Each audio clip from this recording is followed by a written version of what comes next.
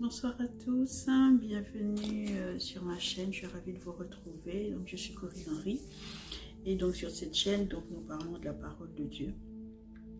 Et aujourd'hui notre thème c'est être heureux.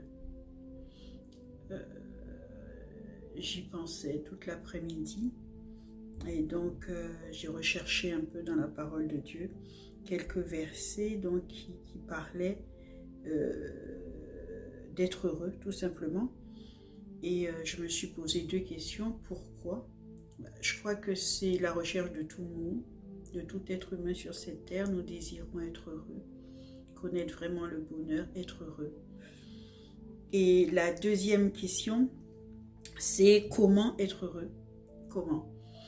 Alors, je m'adresse sur cette chaîne à tout le monde. Mais notre base, c'est la Bible. Donc la première chose que j'ai faite, comme je vous ai dit, je suis allée dans la Bible chercher. Et j'ai trouvé plusieurs versets, en Luc 11, 28, qui nous dit « Heureux ceux qui écoutent la parole de Dieu et qui la gardent. » Proverbe 16, 20, « Celui qui se confie en l'Éternel est heureux. » Psaume 119, 2, « Heureux ceux qui gardent ses préceptes, donc les préceptes de Dieu, qui le cherchent de tout leur cœur. » Donc, on se rend compte qu'on a les bases, on a les réponses pour être heureux. Voilà ce que la Bible nous dit. Il faut ceux qui écoutent Dieu, ceux qui gardent ses préceptes, ceux qui se confient en lui, ceux qui le cherchent de tout leur cœur. Voilà la base pour pouvoir être heureux.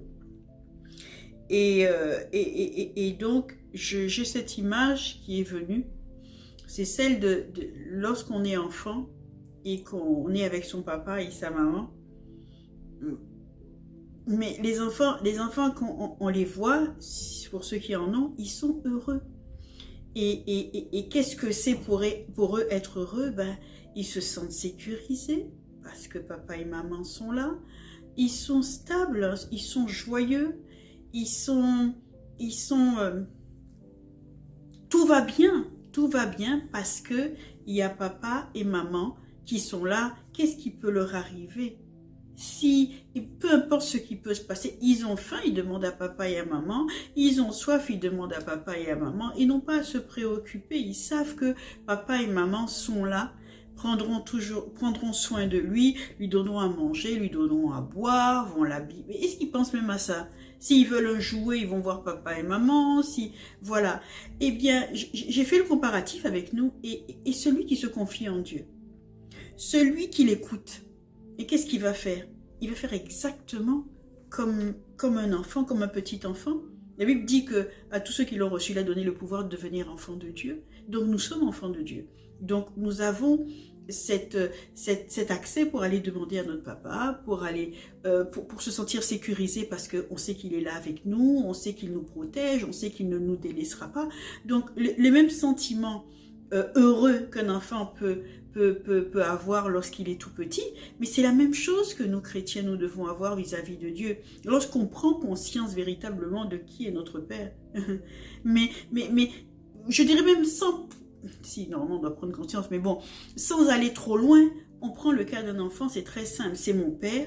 Quand vous étiez petit, eh bien votre père et votre mère, voilà, vous saviez que vous pouviez aller vers eux pour leur demander, vous saviez qu'ils étaient là pour vous protéger. Moi j'ai l'image de mes enfants, lorsqu'ils avaient un spectacle à l'école, mon Dieu, je devais absolument y être et être à un endroit où ils pouvaient me voir.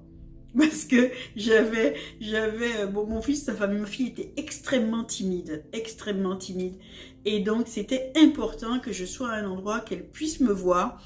Et de là, ça allait beaucoup mieux. Elle pouvait donc faire son spectacle et savoir qu'elle était soutenue parce qu'elle avait toujours le regard, on se regardait toujours. Je la fixais et elle me fixait aussi pour trouver un peu de force. Mais c'est la même chose avec nous chrétiens, c'est la même chose avec notre Père. C'est exactement la même chose. Donc nous savons que nous pouvons aller vers lui et c'est ça qui nous rend heureux.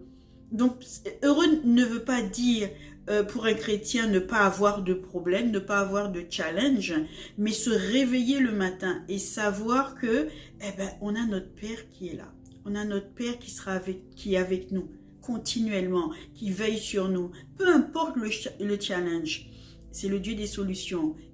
La Bible nous le dit, il nous donnera la solution. Le tout, c'est d'aller le voir. Le tout, c'est d'aller dans son intimité et de pouvoir lui confier ce que l'on a comme difficulté, comme problème, afin qu'on reçoive de lui. Alors, ça implique aussi l'écoute. Afin qu'on reçoive de lui, donc, la réponse et la direction. Et ça, c'est un chemin de vie. C'est quelque chose, c'est vrai que c'est pas toujours évident. Mais le fait d'être heureux continuellement, on peut l'être à partir du moment où on est ancré, où on se base sur ce que la parole de Dieu nous dit et on fait comme ce petit enfant. Nous, on redevient petit enfant devant notre Père et il donne d'autres conseils encore parce qu'après on grandit en même temps. Hein.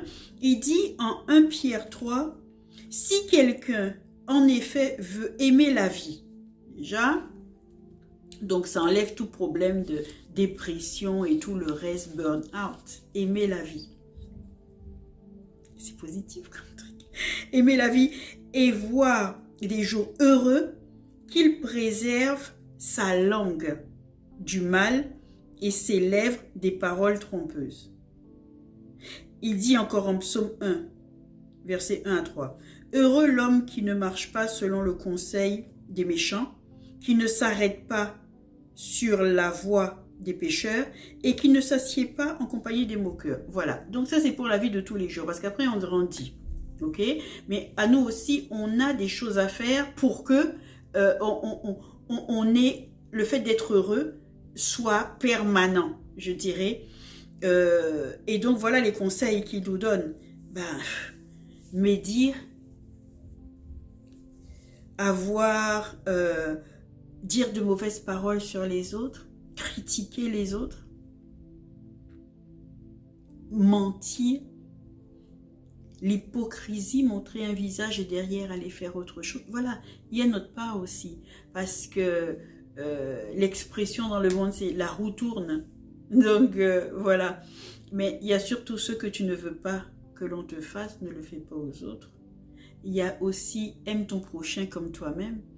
Donc, je veux dire, nous chrétiens, nous avons tout pour être heureux. Nous avons Dieu, donc nous avons déjà tout.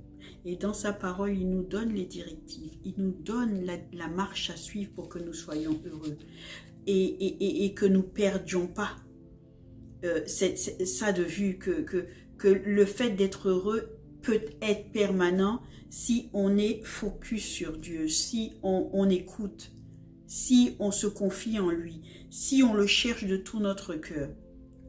On ne peut que être heureux en se réveillant le matin. Eh bien, on sait qu'on a notre Père qui est là. C'est ça, être heureux. Certains, voyez, je vais prendre un autre exemple. Certains seront heureux parce qu'ils auront une très belle voiture. Gloire à Dieu, ils ont le droit. Certains seront très heureux s'ils ont une très belle maison. Gloire à Dieu, ils ont le droit.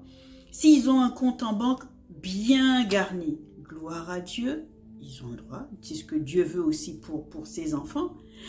Mais, et donc c'est ça qui les rend heureux. Mais, le jour où ils perdent tout, sur quoi ils se basent? Le jour où ils perdent tout,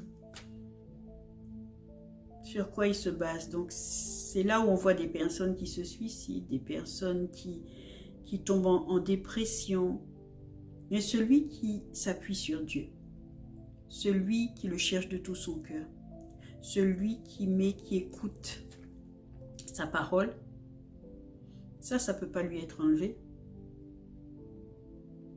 S'il a ça, il avait les voitures, les maisons et tout le reste, ce qui est une bonne chose. Mais lorsqu'il perdra tout, son bonheur ne sera pas parti pour autant. Et il sera pas moins heureux. Ah oui, il connaîtra des situations un peu difficiles, mais il sera toujours heureux. Parce que le socle, la base qui le rend heureux, n'aura pas bougé et ne bougera pas. Voilà, c'est pour ça que la Bible nous dit, cherchez d'abord le royaume des cieux et le reste vous sera donné de surcroît. Ok? Une fois que le reste vous est donné, lorsque vous aurez reçu lorsque vous aurez reçu donc tous les biens matériels que vous souhaitiez. Dieu désire les donner. Mais il faut savoir que le bonheur ne se construit pas dessus. C'est pas parce que vous allez vous marier que vous allez avoir la plus belle des voitures, la plus grande des maisons, les vêtements de marque, que votre bonheur sera permanent. Parce que du jour au lendemain, on peut tout perdre, on l'a vu. Mais avec Dieu, on est sûr de la stabilité et on est sûr du maintien du bonheur. Voilà un peu ce que je voulais partager avec vous. Merci d'avoir regardé cette vidéo et je vous dis à très bientôt. Au revoir, c'était Corinne. Bye bye.